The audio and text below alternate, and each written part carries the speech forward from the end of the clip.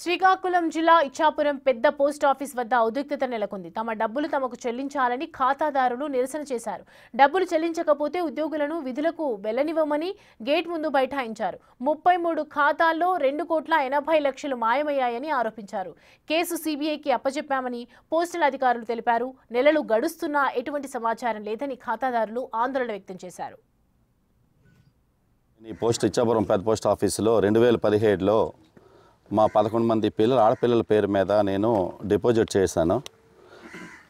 మనిషి ఒక్కొక్క పేరు మీద ₹1,00,000 డిపాజిట్ చేయడం జరిగింది. 2017 నుండి మీకు 2025 కల్లా మీ డబ్బులు మీకు డబుల్ వస్తాయని చెప్పి ఒక ఆశ చూపించి ఈరోజు చెప్పడం జరిగింది పోస్ట్ ఆఫీస్లో. ఆ రకంగా నేను ఆ పాలసీ కట్టాను.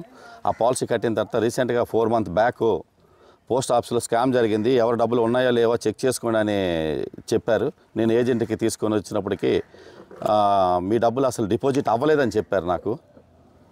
అదే సార్ ఇంకోటి సార్ నాకు బుక్లు ఇచ్చారని నేను బుక్లు చూపించాను, మీరు ఇచ్చిన బాండ్లు చూపించాను, కానీ మీ డబ్బులు అకౌంట్ అవ్వలేదు, మీ డబ్బులు పోయాయి అని చెప్పారు.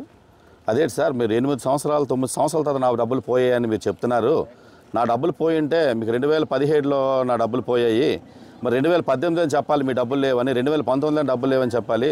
ఈరోజు తెలిసినప్పటికి 4 నెలల నుండి ఈరోజు అడుగుతుంటే మాకు 15 రోజులు నెల రోజులు అన్ని క్లియర్ అయిపోతే క్లెయిమ్ చేస్తున్నాం, సిబిఐకి ఇచ్చున్నాం.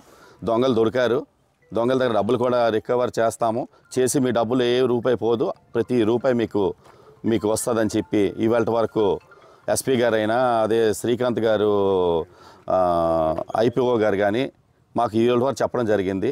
తర్వాత మా బుక్లన్నీ తీసుకొని ఇగోటండి మాకు ఈ మాన్యువల్ రిసీట్ ఇచ్చారు, ఒక ఎక్నాలజ్మెంట్ ఇచ్చారు. ఇది బాధితుల యొక్క ఆవేదన నేను అర్థం చేసుకున్నాను.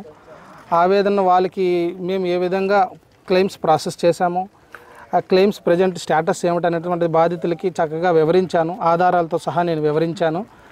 అయితే నేను రీజనల్ ఆఫీస్ నుంచి కానీ మా డివిజనల్ ఆఫీస్ నుంచి కానీ అందించినటువంటి సమాచారం ప్రకారం ఈ నెలాఖరులో క్లెయిమ్స్ అనేటువంటివి అన్నీ కూడా ప్రాసెస్ అవుతాయనేసి వాళ్ళు చెప్పడం జరిగింది.